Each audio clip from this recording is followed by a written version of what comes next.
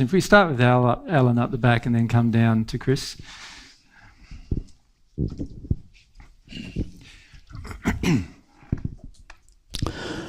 Jesus, I'm in a lot of pain in my back. Where in your back? It's right up the centre of the spine and the lower back. Yeah. I got a phone call Saturday night. My son tried to commit suicide, and I was wondering,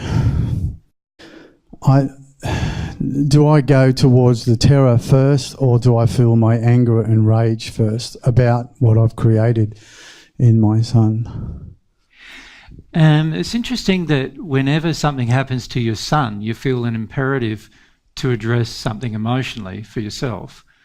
But when something goes, if everything's going well for your son, then you don't have the imperative.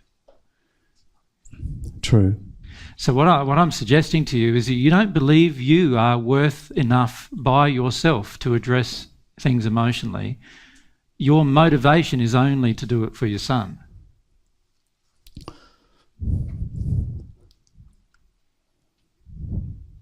This is good. Yeah. And this indicates that you have a low sense of worth, Alan, and hence the lower back pain. Yeah. You're not allowing yourself to have the motivation of addressing it for yourself.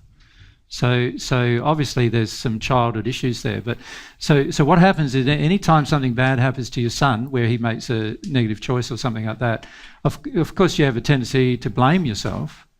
And then you have a tendency to desire to fix whatever it is inside of yourself that causes this for your son. Yeah. But it indicates that there's not a strong enough desire for you to do it for yourself when everything's going fine. So my suggestion is firstly to analyse for yourself why it is that you're not choosing to do it for yourself, and why it is always that it's only your son doing something or not doing something that causes you to reflect. I wrote down last night that I had a false belief that when everything was going good, it's not going to get better. And so there's no action to take at that point. Yeah. This is where I feel most people are. They feel like this, having a little bit of pain, is okay. It's acceptable. And this is actually a false concept, of course, this concept of pain, because actually our pain is that big, and your son is reflecting how big your pain actually is. My pain. Not only your pain, but also now his own, because he has, as a male, he has the same viewpoint of himself as you have of yourself. Yeah. But he's just taken that additional action of anger towards the world and everyone around him as a result of that particular emotion, which is what the trigger for suicide actually is. It's an anger and rage with the system, if you like. It's a way of getting, forcing other people into acknowledgement that there is a problem, type of thing. And so a person who desires suicide is trying to force the world around that person to accept there is a problem, right? Which is an indication that the world around him doesn't feel there's a problem until he does that. Yeah. You follow me? Yeah. A lot of the things that you said, I said to him on Saturday night, but I haven't, Di and I have spoke about this since. I haven't gone through it myself. It's just intellectual. I'm trying to help someone. This is what I heard. And he'll know that. Yeah. He'll know that. Yeah. No, our children are not silly. No. They know, they know when we're telling them things that we're not addressing, but we're expecting them to address. And what happens when our children generally, for the average parent, when their child generally has some hardship of some kind, the average parent feels sort of guilty or feels like they have contributed in some way to the child's experience. And so therefore they then try to take some action, to help the child without taking any action to help themselves. And this is what I'm suggesting to you is what you're doing. You're only taking action to help your son, but you're not taking action to help yourself. Yeah. And that's an issue of worth. Yes. That's an issue of you feeling that it's only worth doing it for your son and not worth doing it for you. The irony is if you do it for you, you'll know how to help your son do it. Yeah, and along with that irony is that I allowed him to cry on the phone for 20 minutes. Yep. Which I've never seen him do in person to person. Yep. And then I was praying through that 20 minutes. Yeah. And then he completely changed. And I wondered if it was actually him talking, because he's been overcloaked a lot through spirits in his life. Yeah. And spirits would be influencing him to suicide. Yeah. You know, there's a lot of spirits who do that. They try and find a person, oftentimes young people, and who have certain angers and so forth, and then they try to influence them into taking the action of suiciding. So was he feeling his pain while he was crying, or is it he's still in effect? Well, no, he's feeling some of his pain, but now you're in an addiction right now of telling a story rather than addressing the issue again with you. You see, every time I raise the issue with you, you refer to your son again. I'm raising an issue with you, you're referring back to your son again. He this, he that, he that. It's good what you did with him. I'm not saying it's not. What I'm saying is it's good that you allowed him to cry. What I'm saying is you need to cry.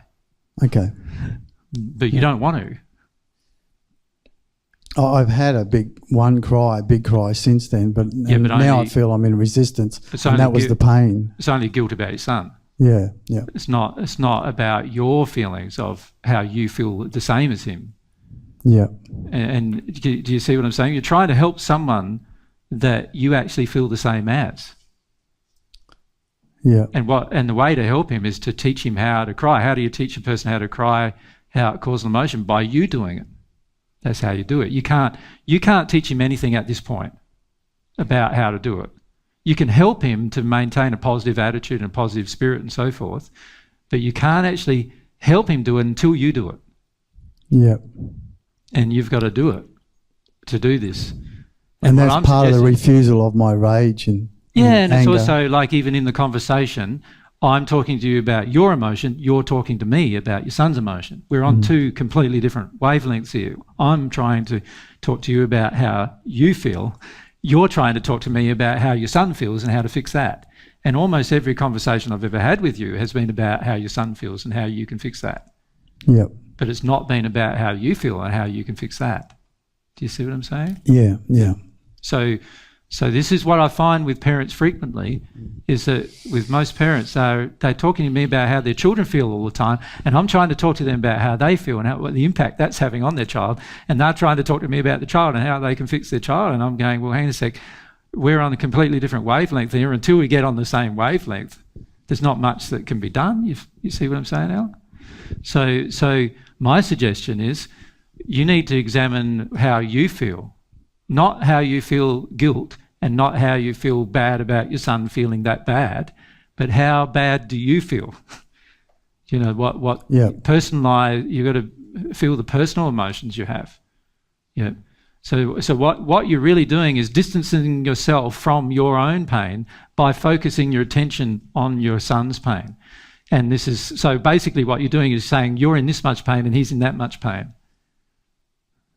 Yeah, that's quite graphic now that you just pointed that out. Yeah, that's really what you're saying. But the reality is completely, what I'm saying to you is you're living in a fiction.